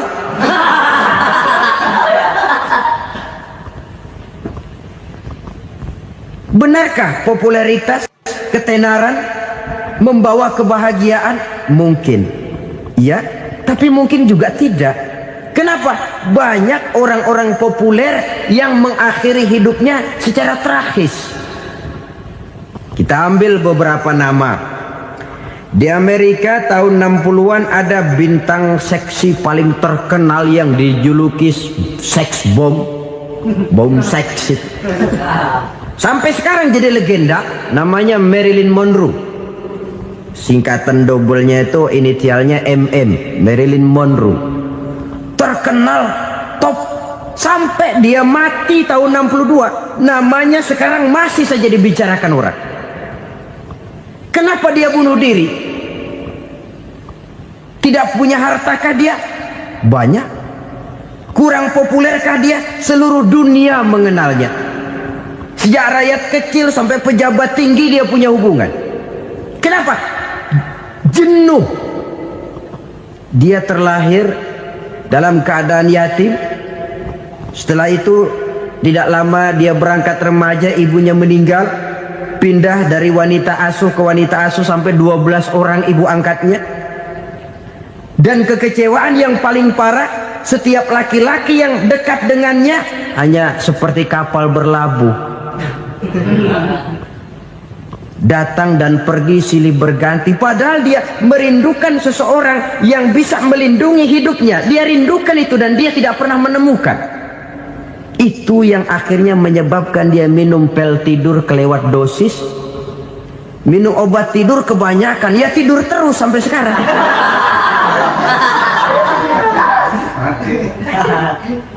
Dia mengakui, saya telah memiliki ketenaran, tapi saya tidak pernah hidup dalam ketenaran itu. Saya pandai main sandiwara, tapi saya ingin hidup dalam alam yang real sebagaimana umumnya orang. Itu yang dia rindukan. Menyusul jejak yang namanya Marilyn Monroe ini, Billie Holiday, saudara kenal tentu, di rumah sakit dirawat. Dia juga minum obat overdosis, mati lagi. Jimi Hendrix minum obat tidur overdosis kelewat batas, mati lagi. Lalu yang menghanyutkan diri di danau, Janis Joplin dan Brian Jones, ini orang-orang populer, orang-orang terkemuka yang mengakhiri hidup secara tragis, bukan karena tidak terkenal, mungkin karena sudah saking terkenalnya. Contoh paling belakangan, Bruce Lee. Wah, ini tukang-tukang keprok tentu kenal siapa dia. Sampai sekarang pun tabir kematiannya masih merupakan misteri. Dan yang masih hidup juga menunjukkan gejala yang aneh. Michael Jackson, rumahnya di Beverly Hills itu dijaga sedemikian rupa, dan dia selalu curiga kepada setiap makanan harus steril, bersih dari segala macam kimia. Kemana dia pergi, itu tukang-tukang keprok sudah selalu menjaga dan mengawal, dan dia seakan takut menunjukkan mukanya yang asli. Hingga kalau tampil ke tengah di luar show, dia kadang memakai pakaian yang tidak menunjukkan dia yang sebenarnya, takut dikenali orang. Ternyata popularitas sering jadi momok yang meracuni kehidupan manusia. Oleh karena itu, benarlah junjungan kita pada saat beliau mengajarkan orang akan bahagia kalau dia mempunyai hati yang lapang. Nah, sekarang masalahnya untuk mendapatkan hati yang lapang, caranya bagaimana? Kita kembali kepada konsep Quran. Allah mengajarkan, ala inna bi dzikrillahi tatmainnul qulub. Ketahuilah bahwa dengan banyak mengingat Allah, hati akan tenang, jiwa akan lapang. Dengan kata lain, dekat dengan agama, merasakan kehadiran Allah dekat dalam hidup, itu muara pertama untuk mencapai hati yang lapang. Ala inna bi dzikrillahi tatmainnul qulub. Jangan macam orang sekarang ingin mendapatkan ketenangan lalu tapak di puncak gunung, di gua-gua, di tempat sepi. Iyalah kalau nggak ada ular. Kalau tergigit ular berbisa, ketenangan belum, mati jelas itu. Islam positif untuk mendapatkan ketenangan. Ala inna bi dzikrillahi tatmainnul qulubi. Bahwa ketahuilah bahwa dengan banyak mengingat Allah, hati akan tenang, jiwa akan lapang, nuansa pikiran akan luas. Karena yang namanya bahagia ada dimanapun manusia berada. Di kampung ada bahagia, di kota ada bahagia, di ngarai, di lembah, di gunung, di hutan, di lautan, di angkasa luar, dimanapun bahagia itu ada kalau kita bermodalkan hati yang lapang ini. Dan hati akan lapang kalau kita dekat dengan agama. Dekat dengan harta buat sementara hati mungkin tenang, tapi ketenangan yang relatif dan temporer. Apalagi orang tiap kali tambah harta, tiap kali tambah rencana. Itu wajar. Mungkin sebelumnya saudara berpikir, kalau punya duit 5.000 enak nih. Begitu punya duit 5.000, aduh sayang kalau 10.000 aja. Tiap kali tambah harta, tiap kali lain rencana. Makin banyak rencana, makin menjauhkan kita dari yang namanya ketenangan. Padahal ketenangan merupakan unsur utama untuk mencapai bahagia. Dan ketenangan itu bermuara dalam hati manusia. Tengoklah kehidupan ini. Orang yang banyak harta dengan orang miskin, berbedakah rasa sakit yang mereka tanggungkan? Rasanya tidak. Walaupun si kaya tidur di kasur empuk berselimutkan sutra mahal, sementara si miskin meringkuk di balai bambu yang keras dan kasar. Apabila maut datang, dia juga tidak pernah pilih bulu. Maut datang menjemput si kaya di singgasana keemasannya, dikelilingi oleh para pengasuh, dayang dan idang serta para pengawal. Dan maut pun datang menjemput si miskin papa, sehingga ia tergelepar di tepian jalan. Kedua-duanya bernama mati. Kalau nyata bahwa sakit yang ditanggung si kaya tidak beda dengan sakit yang ditanggung si miskin. Bukan harta semata yang membuat orang bahagia. Hati yang tenang, jiwa yang lapang penuh kedamaian karena banyak berzikir dan mengingat Allah, itu merupakan modal utama untuk mencapai sesuatu yang bernama bahagia.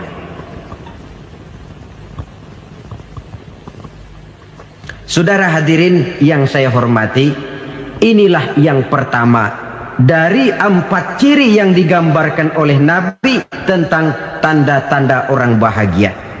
Dan harus berangkat dari yang pertama ini, hati yang lapang. Ini yang harus kita miliki lebih dahulu. Baru nanti akan menyusul kepada poin yang ketiga, kedua, dan selanjutnya. Sebab kalau hati sudah terisi dengan jiwa yang lapang, seluruh persoalan insya Allah akan bisa kita atasi dengan sebagaimana mestinya. Yang kedua sekarang, tanda orang bahagia menurut baginda Nabi, markabun syariah. Orang bahagia itu, kata beliau, punya kendaraan biar cepat asal lancar. Artinya kemana dia mau pergi mudah. Apa maksud hadis ini? Kalau kita kaji lebih dalam, kendaraan itu kan alat transportasi. Transportasi tidak lain adalah usaha memudahkan komunikasi. Pindah dari situ kepada teori bahwa manusia adalah zon political, makhluk bermasyarakat yang tidak bisa memenuhi kebutuhan hidupnya secara sendirian. Kita memerlukan keberadaan orang lain dalam kehidupan ini. Untuk memakai baju saja kita sudah perlukan petani yang tanam kapas, pabrik yang memintal kapas jadi benang, pabrik yang menenun benang jadi kain, sampai kepada mesin jahit, sampai kepada tukang jahit. Itu cuma untuk memakai pakaian saja. Tidak seorang pun di antara kita yang sanggup memenuhi kebutuhan hidupnya secara sendiri. Kita perlu orang lain. Maka kebebasan dalam arti mutlak, kebebasan tanpa batas, itu tidak mungkin ada dalam kehidupan. Karena kita mengadakan yang disebut interaksi sosial. Setiap kegiatan kita tentu melibatkan orang lain. Menurut kita barangkali kita bebas jalan di jalan raya semaunya, tapi orang lain berkendaraan pun merasa bahwa ini ada juga jalan haknya, dan begitu selanjutnya. Oleh karena itu, maksud dari kendaraan yang cepat ini adalah khulatuhu ma'as solihin. Lingkungan pergaulannya terdiri dari orang-orang soleh. Pergaulannya luas. Kemana dia pergi ada temannya. Kesulitannya ada tempat dia cerita. Dan kesulitan kalau sudah diceritakan kepada orang lain, taruh kata orang itu tidak bisa menolong, namun menceritakannya kepada orang yang kita percayai, kan paling kurang sudah mengurangi beban jiwa, mengurangi tanggungan batin, merasa masih ada tempat kita cerita. Maka lebih baik orang awam yang mau bergaul ketimbang orang setengah alim tapi ngunci pintu. Sebab nantinya akan timbul sikap picik, cupik pandangan, dan tidak luas menghadapi kenyataan dalam kehidupan ini. Namun yang harus kita garis bawahi, pergaulan memang mesti luas. Namun jangan sekali-kali lupa bahwa pergaulan sangat besar pengaruhnya dalam ikut membentuk kepribadian manusia. Sehari-hari bisa kita bilang, kalau kita dekat sama tukang minyak wangi, sekalipun nggak dibagi minyaknya, baunya tentu dapat. Betul? Tapi dekat sama tukang elas, walaupun nggak kena apinya, asapnya mesti kena. Kalau Syauqi mengatakan lebih jelas lagi, man asyaral asrafa asa musyarrafan wa muasyiral anzali ghairu musyarrafin. Awalam taral jildal hakira muqabbalan bisagri lamma sara jildal mushaf. Siapa yang bergaul dengan orang mulia, dia bakal ikut menjadi mulia. Tapi siapa yang berteman dengan orang hina, dia tidak bakal ikut menjadi mulia. Tidakkah kau lihat, kata Syauqi, kulit kambing yang hina pun dicium orang ketika menjadi kantong Quran. Kulit kambing hina Kalau dia sendirian gak ada yang mau cium. Tapi begitu dia bergaul dengan Quran, menjadi kantong Quran, dipakein minyak wangi, ditaruh di tempat yang tinggi, mau diambil dicium dulu, dibawa dengan penuh hormat dan hati-hati. Kulit kambing yang hina lantaran berteman dengan Quran numpang mujur. Tapi coba lihat kalau kulit kambing berteman dengan kayu, jadi beduk, habis. Zohor dikemplang, asar dipukul. Itu pun sedikit saja, cuma salah milih teman. Yang temannya Quran dihormati orang, yang temannya kayu lantaran jadi beduk, gelap-gelap subuh orang udah kemplangin.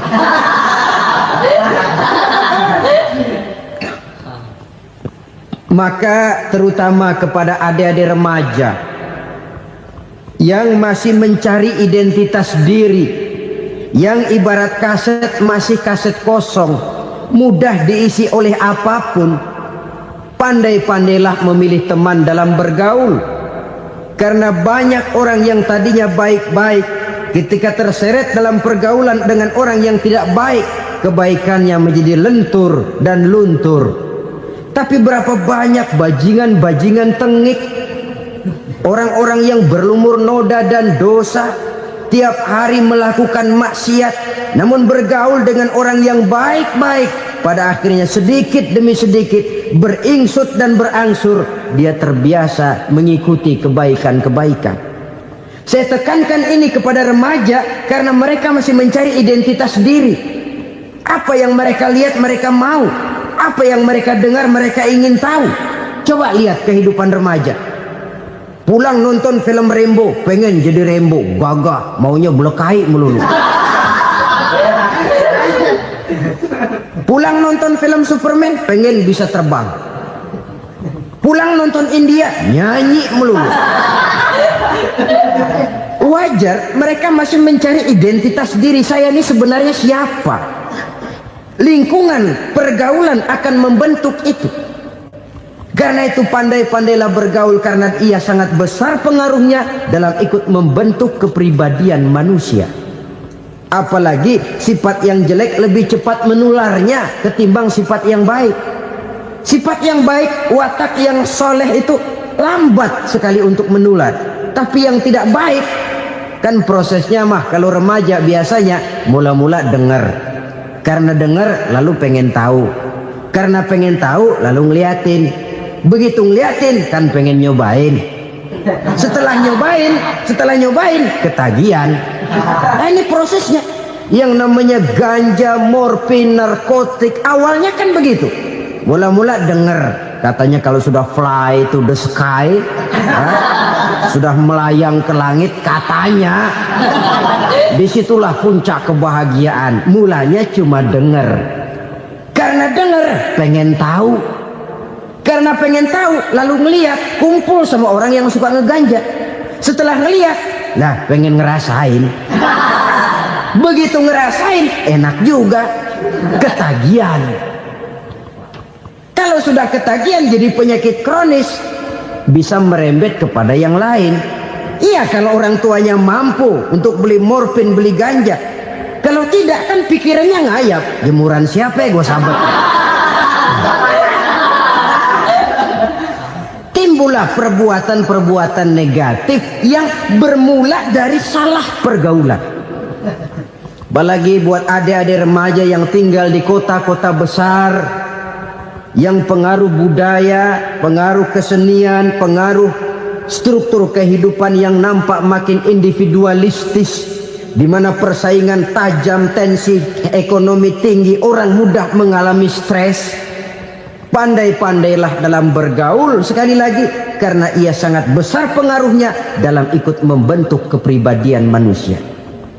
Orang bahagia punya kendaraan yang cepat, artinya punya pergaulan yang luas, dan lingkungan pergaulannya terdiri dari orang-orang yang soleh.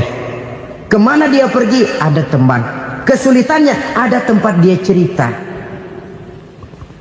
Tapi kalau sudah menyendiri, hidup sendiri, kesulitan dipikiri sendiri, bisa mati belum waktunya. Tidak ada tempat berbagi rasa, tidak ada tempat bercerita, tidak ada tempat mengurangi beban dalam kehidupan. Pantas betul kalau Islam sangat menggalakkan dan menganjurkan orang kalau sudah sampai waktunya itu untuk melangsungkan nikah. Kata Nabi, ya ma'syaras syabab man istata'a minkumul ba'at falyatazawwaj. Hai para pemuda, kalau sudah mampu memberi nafkah, kawinlah, nikahlah kamu. Kenapa? Sudah ada teman hidup, tempat berbagi rasa. Kesulitan kalau ada tempat cerita akan lebih ringan ketimbang kita telan sendiri, walaupun bobot kesulitannya sama beratnya.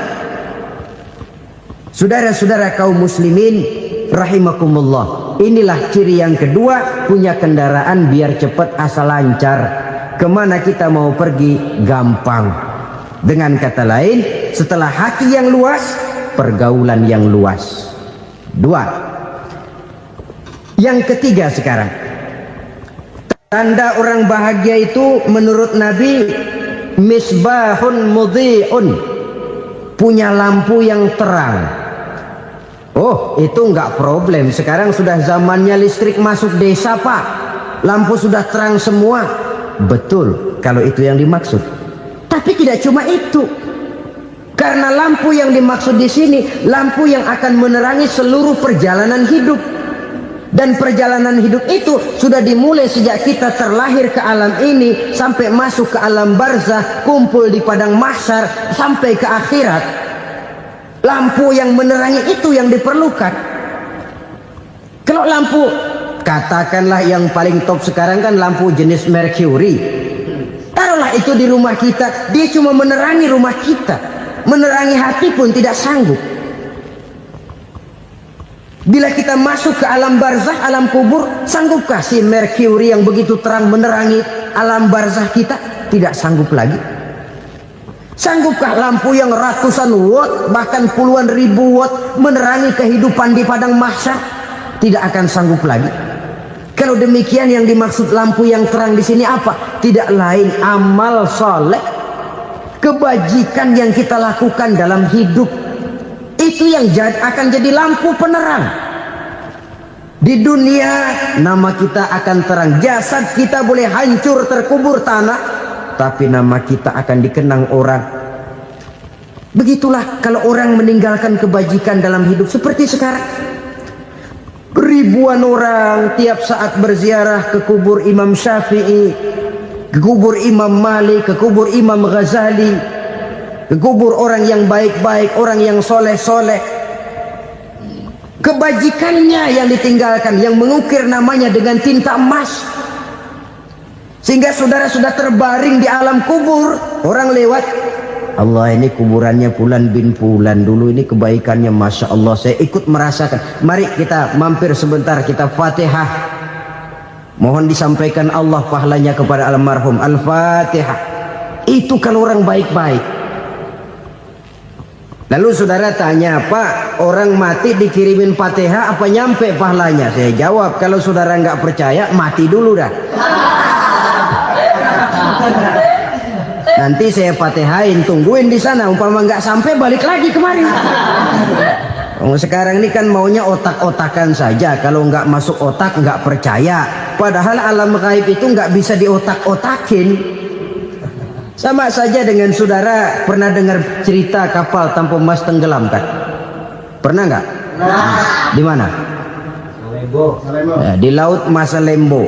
Begitu ke tanpa emas tenggelam, ratusan penumpang itu terjun ke laut, dipermainkan gelombang, berjuang menghadapi maut itu. Orang lagi timbul tenggelam di lautan, dihantam ombak, kita tengokin pakai helikopter. Pak, lagi timbul tenggelam ya? Iya, tolongin. Jangan khawatir Pak, nih saya kirim intan Pak, harganya 10 juta. Kira-kira orang yang timbul tenggelam di laut seneng nggak? Tidak. Kan mahal toh intan 10 juta. Kenapa dia nggak senang? Karena intan 10 juta dalam kondisi seperti itu tidak sanggup menyelamatkan dia. Dia akan girang kalau dikirimin ban mobil bekas, dikirimin papan terentang atau bambu. Intan yang 10 juta dia nggak girang. Ban mobil bekas yang 1000 perak, tuh pegang, itu yang dia girang betul. Inilah sebabnya Nabi berkata, mal mayyitu fi qabrihi illa kal ghariqil mutaghawwis. orang yang meninggal di alam kuburnya seperti orang timbul tenggelam di lautan. Yantaziru da'watan min ahli, menunggu doa dari keluarganya yang masih hidup. Duh, bapak saya sudah meninggal, saya sayang bener sama dia. Kirimin kulkas ke kuburannya Itu sama saja dengan tadi orang tenggelam di lautan dikirimi intan yang harganya 10 juta, ndak sampai. Begitulah kalau kebajikan yang kita tinggalkan dalam hidup, sudah mati pun kubur kita masih diziarahi orang. Tapi kalau jahat yang kita tinggalkan, boro-boro lah orang mau doa lewat dekat kuburan kita juga serem. Tuh bajingan dulu mati dipendem di situ tuh. Jangan lewat situ, ntar kesurupan, jangan. Lewat saja orang ngeri. Konon lagi membacakan Fatihah dan mengirimkan doa. Hidup pada hakikatnya adalah kesempatan untuk berbuat baik. Maka sekali kesempatan itu diberikan, manfaatkan dengan sebaiknya. Sebab kesempatan kedua tidak akan pernah ada. Kesempatan berbuat baik di sini, di akhirat sudah pembalasan namanya. Sekali kesempatan itu dicabut, dia tidak akan pernah dikembalikan lagi. Kata Iqbal, hidup tidak mundur ke belakang, Bung. Berhenti diinjak orang, mundur hancur. Tidak ada kata mundur dalam hidup ini.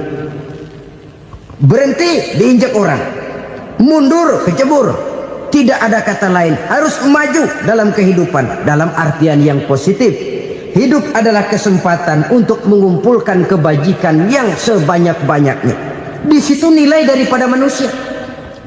Sekarang ini memang nggak kelihatan kok, orang yang banyak pahala sama yang banyak dosa nggak kelihatan kok. Barangkali kalau habis bikin dosa palanya pada benjol, mungkin orang takut sama dosa. Tapi sekarang sama saja, orang yang banyak dosa dengan yang nggak banyak dosa jalan bareng dari belakang, sama, nggak kelihatan beda. Tapi ada waktunya di mana pahala memegang peranan, di mana dosa diperlihatkan. Sama saja kalau kita bawa mobil siang, lampu kan nggak begitu berfungsi. Apa lalu bilang, alah ini lampu berat-beratin, copot-copotin aja dah. Tidak perlu begitu. Kenapa? Pada suatu saat malam senja akan datang. Bila matahari terbenam, senja pun datang, gelap mulai merayap, disitulah baru terasa perlunya lampu. Pahala begitu. Sekarang orang yang nggak ada pahalanya nggak kelihatan dalam kehidupan. Tapi pada suatu saat senja kehidupan akan datang. Ajal merenggut nyawa, malam merayap, dan hidup mulai diliputi kegelapan di alam barzah. Dikala itu kalau nggak punya lampu, alangkah malangnya kita. Sebab amal yang baik, kata Nabi, di alam barzah itu akan diciptakan menjadi perempuan yang cantik menemani kita. Amal yang jahat akan menjadi orang yang paling jelek nemenin kita. Sudah di tempat gelap yang nemenin jelek.